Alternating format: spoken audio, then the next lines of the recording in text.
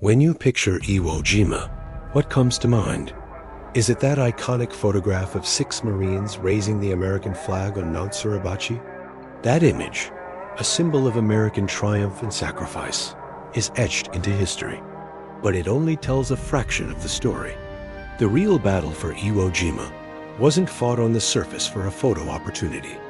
It was fought underground, in a hellish, man-made labyrinth carved into the island's volcanic rock. Today, we're going underground to uncover the brutal, subterranean reality of one of the Pacific War's deadliest battles. Welcome back to the channel. Iwo Jima, a tiny volcanic island just 8 square miles, became one of the most heavily fortified places on Earth. Its strategic value was immense. For the Americans, it was a crucial stepping stone, an emergency landing strip for damaged B-29 bombers returning from raids on Japan, and a base for fighter escorts. Taking it was non-negotiable. For the Japanese, it was sacred soil, the first piece of the Japanese homeland to be invaded. Losing it was unthinkable. The man tasked with defending this fortress was Lieutenant General Tadamichi Kurobayashi. He was a brilliant, unconventional strategist who had spent time in the United States and understood American industrial might. He knew a traditional beach defense, a banzai charge against the landing force, would be a suicidal failure. The Americans had overwhelming naval and air power. So, Kurobayashi devised a radical new strategy, a battle of attrition.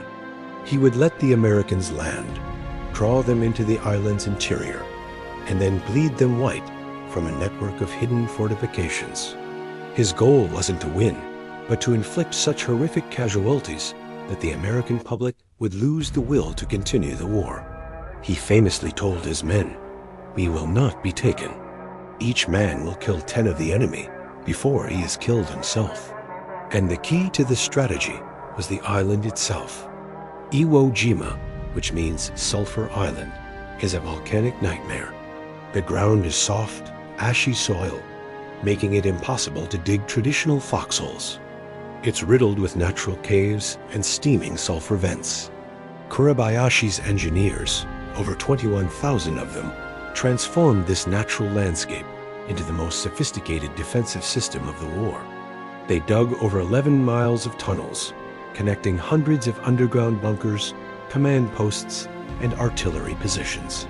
These tunnels were multi-leveled, with ventilation systems, electricity, and water supplies. They were designed to be invisible from the air and almost impervious to naval bombardment. The entrances were masterfully concealed.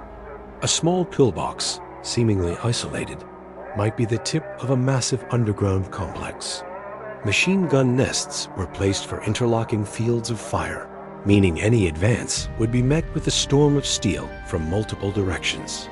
Artillery pieces were hidden behind steel doors, rolled out to fire a few rounds, and then quickly pulled back into the mountain before American ships or planes could retaliate. Kurobayashi had turned the entire island into a gigantic, interconnected fortress. He ordered his men to abandon the beaches and fight from these underground positions. There would be no retreat and no surrender. On February 19, 1945, after the most intense naval bombardment of the Pacific War, the U.S. Marines landed. They expected the shelling to have decimated the Japanese defenses. They were tragically wrong.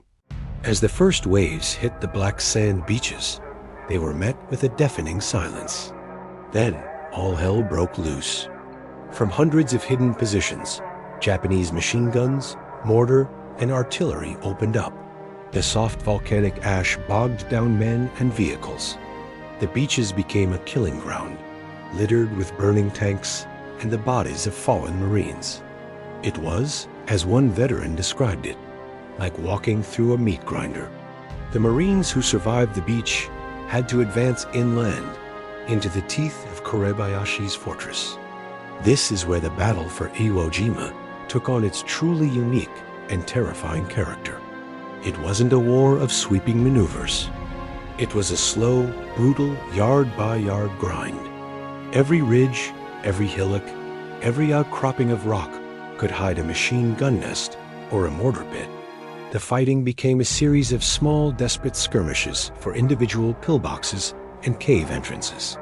This was the war of the corkscrew and blowtorch. The blowtorch was the flamethrower. It became the weapon of choice for clearing out Japanese bunkers.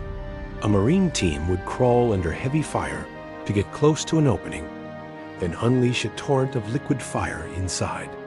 The corkscrew was the satchel charge, a bag packed with explosives tossed into a cave to seal it shut. But often, even this wasn't enough. The Japanese tunnels had multiple entrances and exits. A position cleared with fire and explosives could be reoccupied minutes later by soldiers moving through the underground network. Imagine the psychological toll. You clear a pillbox thinking you've secured a position, only to be shot in the back from the very same spot you just took. The enemy was everywhere and nowhere at the same time. Marines described a ghostly feeling, as if the island itself were fighting them. The ground would erupt with gunfire from a place they had just walked over. The constant tension was immense.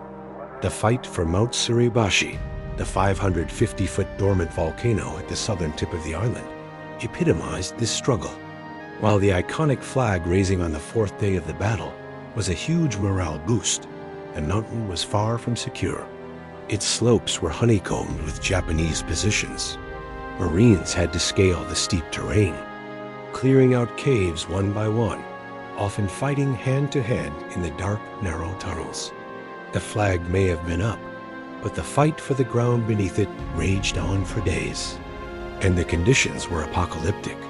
The sulfurous smell from the volcanic vents was overpowering. The ground was hot to the touch in places. There was no fresh water. The constant shelling from both sides turned the landscape into a barren, cratered wasteland, devoid of any vegetation. It was a vision of hell on earth.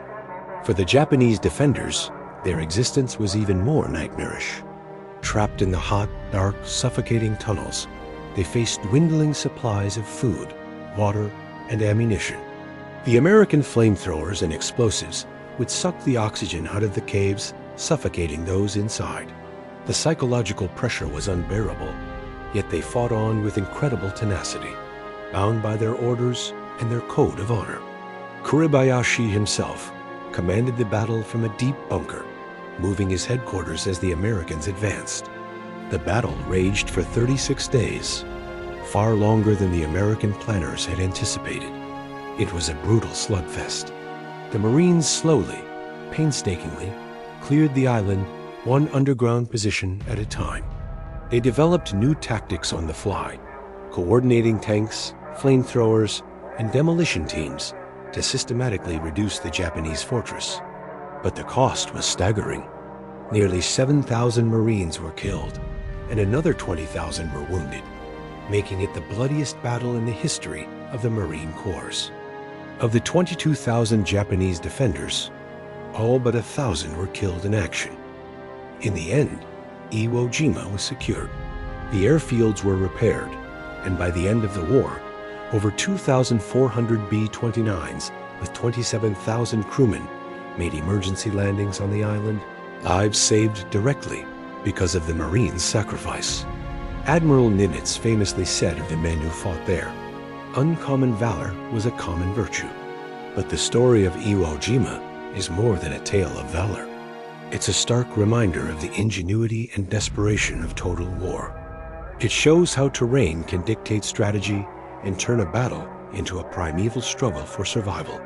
The iconic photo on Suribachi captures a moment of hope, but the true legacy of Iwo Jima lies in the dark, silent tunnels beneath the surface, a testament to the brutal, subterranean war that was fought and the incredible price that was paid on that small sulfur island.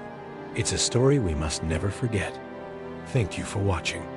If you found this deep dive informative, please hit the like button. Subscribe to the channel and ring the bell so you don't miss our next exploration into the hidden corners of history. See you next time.